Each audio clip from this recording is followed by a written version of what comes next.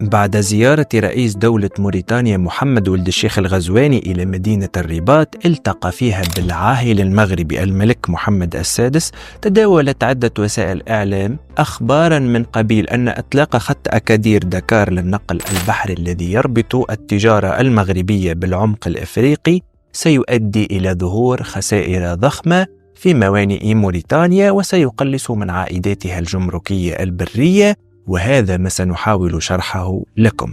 مرحبا أعزائي المشاهدين من المحيط إلى الخليج في برنامجكم عرب شو. هنالك من يحاول ربط الزيارة الأخيرة للرئيس الموريتاني إلى المغرب بافتتاح المغرب لخطها البحري الجديد بين أكادير ودكار في السنغال، وهنالك من يحاول إظهار عداء بين موريتانيا والمغرب، وهذا بالضبط ما تحاول الدول الوظيفية إشعاله. إلا أن المصادر الرسمية تؤكد أن زيارة ولد الغزواني للرباط، رغم أنها في الظاهر تخص رؤية زوجته التي أجرت عملية جراحية في المستشفى العسكري بالرباط، لكن طياتها تحمل 3 ملفات ثقيلة. فما هي الملفات الثلاثة الثقيلة التي يحملها ولد الغزواني في زيارته للرباط؟ وما هي دلالة وجود زوجة رئيس موريتانيا في مستشفى مغربي؟ ولماذا تحاول الدول الوظيفية في المنطقة تصوير العلاقات المغربية والموريتانية على أنها علاقات متوترة في هذه الظرفية؟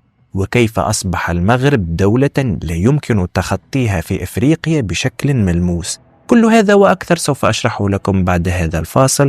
أنا حمد القروي، برنامجكم عرب شو.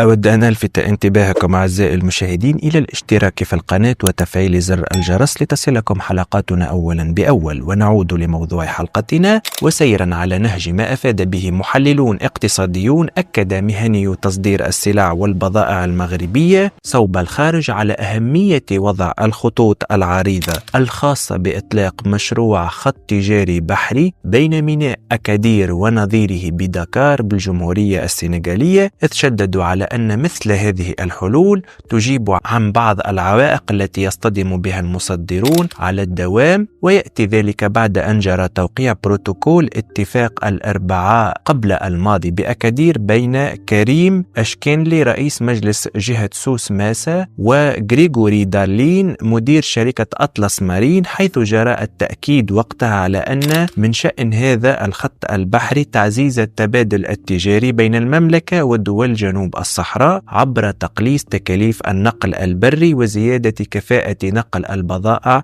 والشاحنات، علاوة على كونه يشكل وجها من أوجه التعاون جنوب جنوب. المعطيات نفسها استعرضها بعض من مهني تصدير السلع المغربية إلى الخارج، خصوصا دول غرب وعمق أفريقيا، وذلك بعدما كانوا سابقا يشيرون إلى أن مشاكل النقل وطول مدة الشحن تبقى من بين الإكراهات التي تبطئ من مساعي رفع نسب التبادلات التجارية مع الشركاء القارين. ولكن حسب بعض الخبراء الجزائريين فإن زيارة رئيس موريتانيا تأتي في سياق الوساطة الممكنة بين المغرب والجزائر، خصوصا وأنه لم تمض أيام كثيرة على استقبال الرئيس الموريتاني للرئيس الجزائري في موريتانيا، والجزائر متوجسة نسبيا مما حدث لشركائها في الشرق الأوسط مثل بشار وإيران وروسيا والذين تم طردهم من سوريا. ويبدو أن الجزائر تريد تصفير مشاكلها مع المغرب قبل قدوم ترامب الذي يعرف عنه دعمه المباشر للوحدة الترابية المغربية. ورغم هذا يوجد بعض الصحف الجزائرية التي تناولت موضوع بداية التوتر بين موريتانيا والمغرب بسبب خطها الأخير البحري مع السنغال. وقال الحسين أذرذور رئيس الفيدرالية البيمهنية لمنتجي ومصدري الخضر والفواكه بالمغرب أن مثل هذه المبادرات يمكنها أن تساهم في تقوية الصادرات المغربية نحو القارة الأفريقية،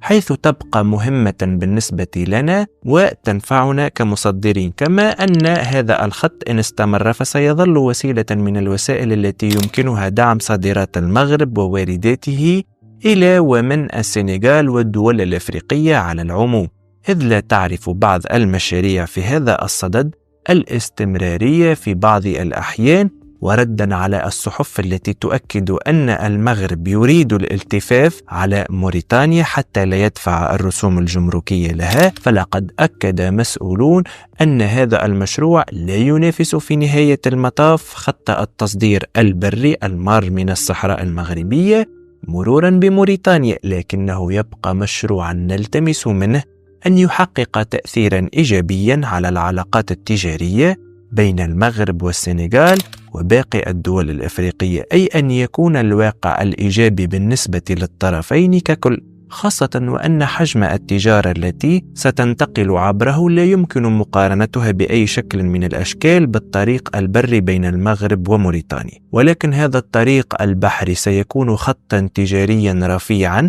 وسيكون فعالا جدا في حال حدوث أي أزمة مع موريتانيا أو لا قدر الله تشهد أي كارثة طبيعية تحول دون مرور الشاحنات المغربية، أو اضطرابات عمالية، أو حتى اضطرابات سياسية أو انقلابات عسكرية، أو أي كارثة لا قدر الله تحول دون مرور الشاحنات المغربية عبر الطريق البري الموريتاني. وعلى الرغم من أن هذا الخط التجاري البحري مهم بالنسبة للعلاقات التجارية بين المغرب وعمقه الأفريقي، فإن مصدرين مغاربة تلقوا الخبر من الإعلام فقط، حيث قال جزء منهم أنه كان من الأجدر استدعائهم واستشارتهم بخصوص هذا المشروع قبل توقيع البروتوكول. ولكن يبدو أن هذه الخطوة الإيجابية لا تحتاج إلى تشاورات، لهذا تم إتمام المشروع في وقت قياسي. ولهذا السبب شدد حسن السنتيتي رئيس الاتحاد المغربي للمصدرين، أي الجمعية المغربية للمصدرين سابقا، على الأهمية التي تحظى بها مبادرة إطلاق خط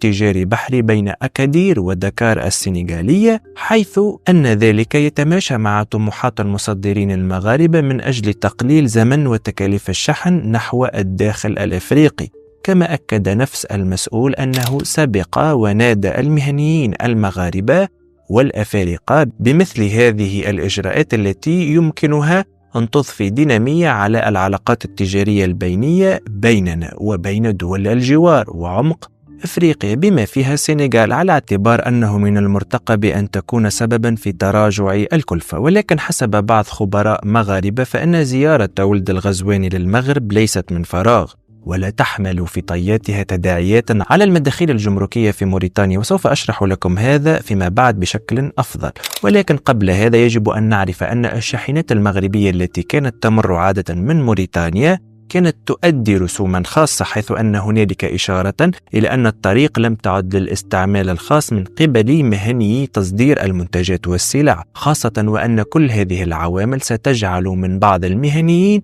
من يختار استعمال الطريق البحري عوضا عن الطريق البري، وهذه حقيقة يجب أن ندركها. وكانت هذه المبادرة من بين المطالب التي رفعتها أميكس وفق قول رئيسها السنتيتي، وذلك بغرض أساسي يتعلق بتقريب مسافات الشحن بين الدول الأفريقية، حيث أن من جملة الإشكاليات التي تواجه المصدرين في الأساس هي صعوبة التصدير السلس، في وقت كانت هنالك مطامح مع الشركاء الأفارقة من أجل تأسيس سوق أفريقية مشتركة يكون من نتائجها وقف استيفاء الرسوم الجمركية بين الدول، مؤكدا في الأخير على أهمية خط أكادير دكار بالنظر إلى أنه سيكون ذا جدوى اقتصادية للطرفين. وفي سياق متصل قال خبراء مغاربة متتبعون للشأن المغاربي والإقليمي أن استقبال الملك محمد السادس رئيس الجمهورية الإسلامية الموريتانية محمد ولد الشيخ الغزواني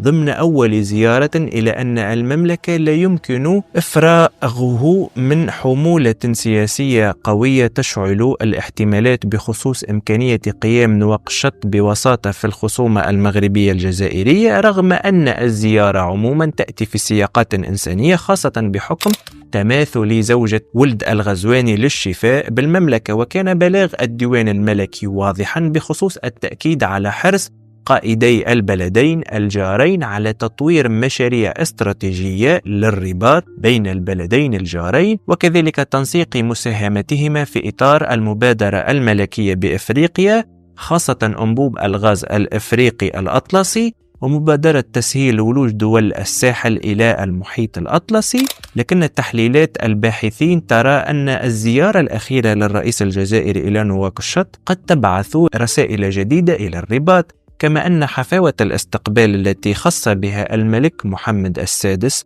الرئيس الموريتاني تكشف أن الضيف كبير ومهم بالنسبة للمغرب، انطلاقا من الروابط التاريخية بين البلدين والشعبين، وكذلك للمصالح المشتركة، فضلا عن أهمية هذا البلد الساحلي في المخطط الاستراتيجي للمغرب للانفتاح على الصحراء وكذلك على غرب إفريقيا. كما أن هذه الزيارة إلى الرباط حتى وإن كانت ذات طابع خاص وتم تبريرها بحكم أن زوجة الرئيس قد أجرت عملية جراحية في المغرب، فأنا أظن أنها تحمل في طياتها عددا من المهام، أهمها حسب اعتقادي هو وساطة ممكنة بين المغرب والجزائر، خصوصا وأنه لم تمضي أيام كثيرة على استقبال الرئيس الموريتاني للرئيس الجزائري في دولة موريتانيا. فأكيد أن السياق الجيو استراتيجي وعودة ترامب إلى الحكم ومع ما وقع في سوريا وتقهقر الوجود الروسي في الشرق الأوسط يدل على أن الجزائر تحاول الخروج من عزلتها، وأكيد أن خروجها من هذه العزلة يبدأ من المغرب، مسجلا أن الرئيس الموريتاني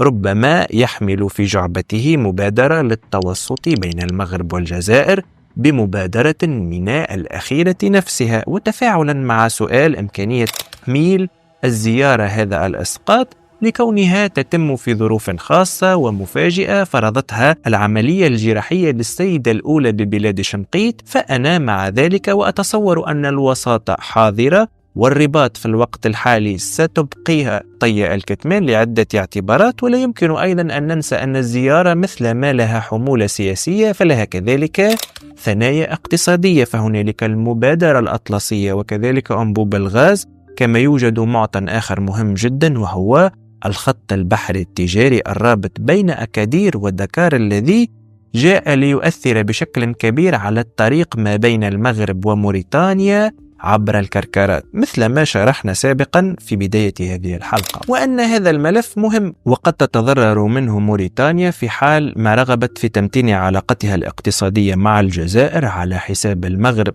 كما لا أستبعد أن هذا التحرك من نواكشوط قد يكون لتهدئة الأوضاع بين الرباط والجارة الشرقية للمملكة، خاصة وأن الوساطة ممكنة في هذا السياق. ورغم غياب تأطير رسمي لهذه الزيارة ولم يتم تحديد أي أجندة سياسية لها، إلا أنه يمكن القول أنها لن تكون مجرد زيارة عادية، فهي تروم إعادة بناء قنوات جديدة للتواصل بين نواكشوط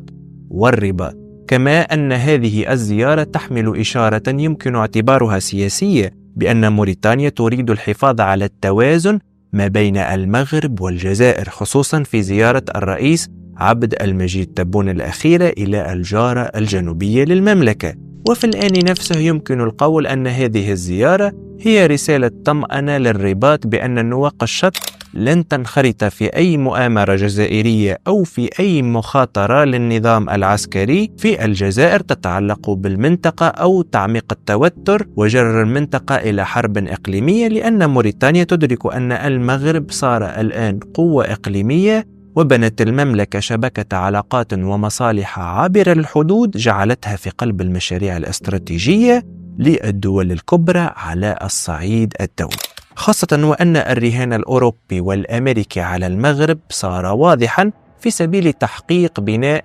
للبدائل الاستراتيجية للوقود الأحفوري، خصوصا المتعلقة بتطوير الطاقات المتجددة، وأهمها الاعتراف بقوة المغرب الإقليمية، وهو تواجد السيدة الأولى الموريتانية في المستشفيات المغربية. وبناء عليه فالرباط تستهدف بناء تكتل أو محور قوي بينها وبين نواكشوط من خلال المطالبة الأخيرة بالانخراط في المشاريع الاستراتيجية التي تطرحها المملكة، خصوصا فيما يتعلق بالمبادرة الأطلسية التي قدمها المغرب لدول الساحل، وكذلك أنبوب الغاز المغرب نيجيريا. فالمغرب يتبنى في العلاقات مع موريتانيا ما يسمى الصبر الاستراتيجي، على اعتبار أن الموقف الموريتاني لم يخرج بعد من المنطقة الرمادية في قضية الصحراء المغربية. كذلك المغرب يأخذ بعين الاعتبار الوضع الخاص لموريتانيا، لكن في الآن نفسه هو يشتغل من أجل دفعها إلى تبني موقف واضح حيال مغربية الصحراء،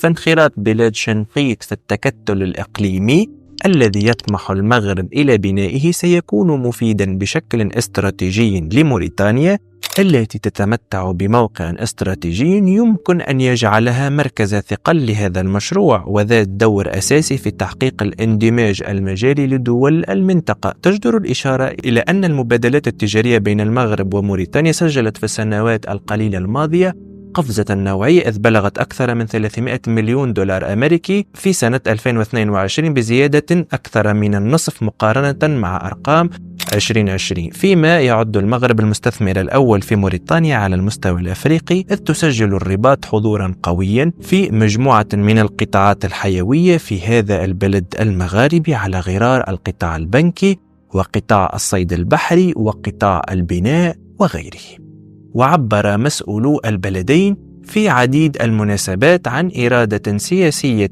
قوية للدفع بالتعاون الاقتصادي والاستثمار بينهما، فيما سبق لكل من الاتحاد العام للمقاولات في المغرب واتحاد أرباب العمل الموريتانيين أن عقد 3 دورات للمنتدى الاقتصادي المغربي الموريتاني الذي يهدف إلى التعريف بمناخ الأعمال في كلا البلدين وتعزيز التعاون بين القطاع الخاص المغربي ونظيره الموريتاني، وترجمة لهذه الدينامية التي تعرفها العلاقات الاقتصادية بين الرباط ونواكشوط تستعد الأخيرة وفق ما أفادت به مصادر دبلوماسية موريتانية لافتتاح قنصلية عامة لها في مدينة الدار البيضاء خلال قادم الأيام، بناء على توجيه من الرئيس الموريتاني محمد ولد الشيخ الغزواني، وذلك من أجل مواكبة هذه الدينامية وإعطاء دفعة قوية للعلاقات المغربية الموريتانية على جميع المستويات، خاصة وأن النفوذ المغربي في المنطقة الأفريقية واضح للعيان بفضل علاقته الطيبة مع أغلب دول الساحل وغرب أفريقيا على وجه الخصوص، والتي ينتهج معها سياسة رابح رابح. وكمثال على مكانة المغرب، فقبل أقل من أسبوع تم إطلاق سراح 4 مسؤولين فرنسيين متهمين بالتجسس كانوا معتقلين منذ سنة في بوركينا فاسو حسب ما أفادت المديرية العامة للاستخبارات الفرنسية الخميس الماضي. وأوضح قصر الإليزيه أن الرئيس إيمانويل ماكرون تحدث الأربعاء هاتفيا مع العاهل المغربي الملك محمد السادس ليشكره عن نجاح الوساطة التي تمكنت من إطلاق سراح المواطنين الفرنسيين 4 المحتجزين منذ عام في بوركينا فاسو. أرجو أن أكون قد وفقت في نقل المعلومة. اشتركوا الآن في القناة وفعلوا زر الجرس لتصلكم حلقاتنا أولا بأول، والتي تأتيكم كل يوم أحد وخميس على الساعة 5 بعد الزوال بتوقيت الرباط، ولكن هذه الحلقة تأتيكم بصفة استثنائية يوم الثلاثاء لاعتبارات صحية. أرجو أن أراكم في الحلقة القادمة. كان معكم حمد القروي، برنامجكم عرب شو.